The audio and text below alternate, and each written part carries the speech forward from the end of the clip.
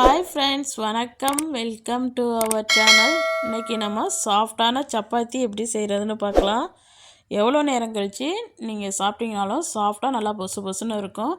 ரொம்ப சுவையாகவும் டேஸ்ட்டாகவும் இருக்கும். அது கூட நம்ம உருளைக்கிழங்கு மசாலாவும் செஞ்சுக்கலாம். வாங்க வீடியோக்குள்ளே போகலாம்.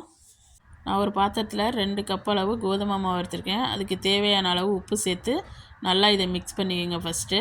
அதுக்கப்புறம் கொஞ்சம் கொஞ்சமாக தண்ணி ஊற்றி நல்லா அந்த மாவை பிசைஞ்சு எடுத்துக்கலாம். ஒரே டைம் தண்ணி நிறையா ஊற்றிடாதீங்க, நம்மளுக்கு கணக்கு தெரியாத அப்புறம் நம்ம தண்ணி நிறையா போயிடும். அதனால் கொஞ்சம் கொஞ்சமாக தண்ணி ஊற்றி நல்லா மாவை பிசைஞ்சிக்கலாம். இப்போ நீங்கள் வீடியோவில் பார்க்குற மாதிரி நல்லா அழுத்தம் கொடுத்து நல்லா பிசைஞ்சு எடுத்துக்குங்க. பாருங்கள், மாவு இந்த மாதிரி நல்லா சாஃப்டாக பிசைஞ்சிடணும். இப்போ இது கூட 1 டீஸ்பூன் அளவு எண்ணெய் சேர்த்துக்கலாம். எண்ணெய் சேர்த்து அதையும் சேர்த்து நல்லா பிசைஞ்சுக்குங்க. இப்போ மாவு இந்த அளவுக்கு சாஃப்டாக இருக்கணும். இப்போ இது ஒரு அரை மணி நேரம் ஊறட்டும். அதுக்குள்ளேயும் நம்ம உருளைக்கிழங்கு மசாலா செஞ்சிடலாம். ஒரு கடாயில் ஒரு 2 டேபிள் ஸ்பூன் எண்ணெய் விட்டுருக்கேன். அது கூட கடுகு அரை டீஸ்பூன், ஒரு பிரியாணி இலை, சின்ன பீஸு பட்டை, ஒரு அன்னாச்சி பூ, 3 கிராம்பு, கருவேப்பிலை கொஞ்சமாக போட்டிருக்கேன். ஒரு மீடியம் சைஸ் வெங்காயத்தை கட் பண்ணி சேர்த்துக்கிறேன். இது கூட ஒரு 3 பல் பூண்டை நச்சுட்டு சேர்த்துருக்கேன்.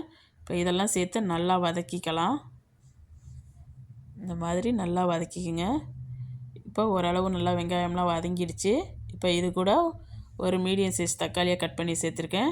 இப்போ இதையும் சேர்த்து நல்லா வதக்கிக்கலாம்.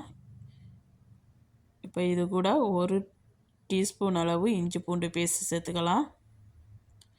தேவையான அளவு உப்பு எல்லாத்தையும் சேர்த்து நல்லா அந்த பச்சை வாசனை போகிற அளவுக்கு நல்லா வதக்கிக்கோங்க.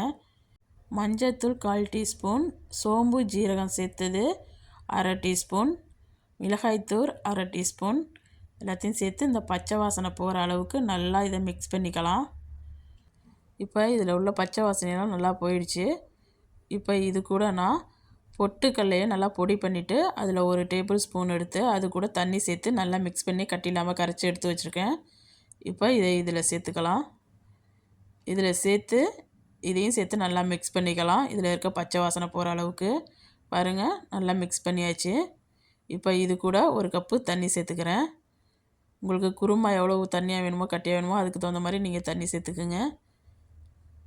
நான் இப்போ இதுக்கு தேவையான உப்பு சேர்த்துக்கிறேன். உப்பு சேர்த்து இது நல்லா கொஞ்சமாக கொதி வரட்டும். அதுக்கப்புறம் நம்ம இதில் உருளைக்கிழங்கு சேர்த்துக்கலாம். நான் ஒரு 3 உருளைக்கிழங்கு குக்கரில் 3 விசில் விட்டு எடுத்து லைட்டாக மசிச்சு எடுத்து வச்சுருக்கேன். இப்போ இது கூட சேர்த்துக்கலாம். சேர்த்து நல்லா மிக்ஸ் பண்ணிக்கோங்க. உப்பெல்லாம் இருக்கான்னு செக் பண்ணிக்கோங்க. பத்தாட்டினா இந்த ஸ்டேஜில் போட்டுக்குங்க. இப்போ இது லைட்டாக ஒரு கொதி வரட்டும்.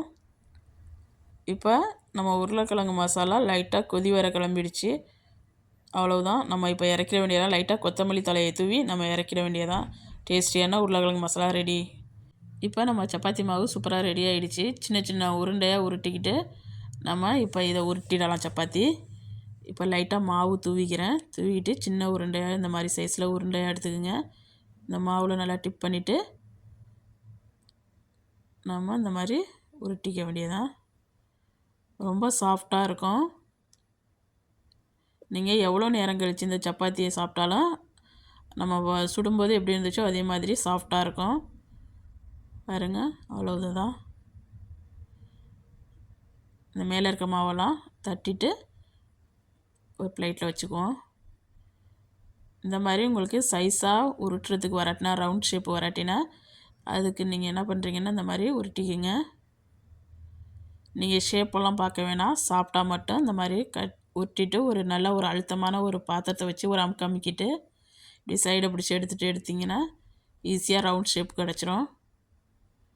நம்ம சாப்பாட்டு டப்பாவெல்லாம் நீங்கள் யூஸ் பண்ணி இந்த மாதிரி கட் பண்ணிக்கலாம், ஈஸியாக செய்யலாம். இப்போ கல்லை சூடு பண்ணி இந்த மாதிரி போட்டுக்குங்க.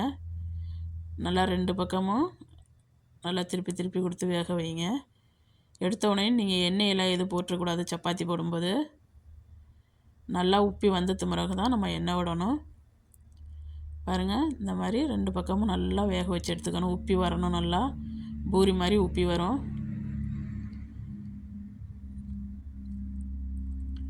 மாதிரி உப்பி வந்தோன்னா லைட்டாக எண்ணெய் போட்டுக்குங்க.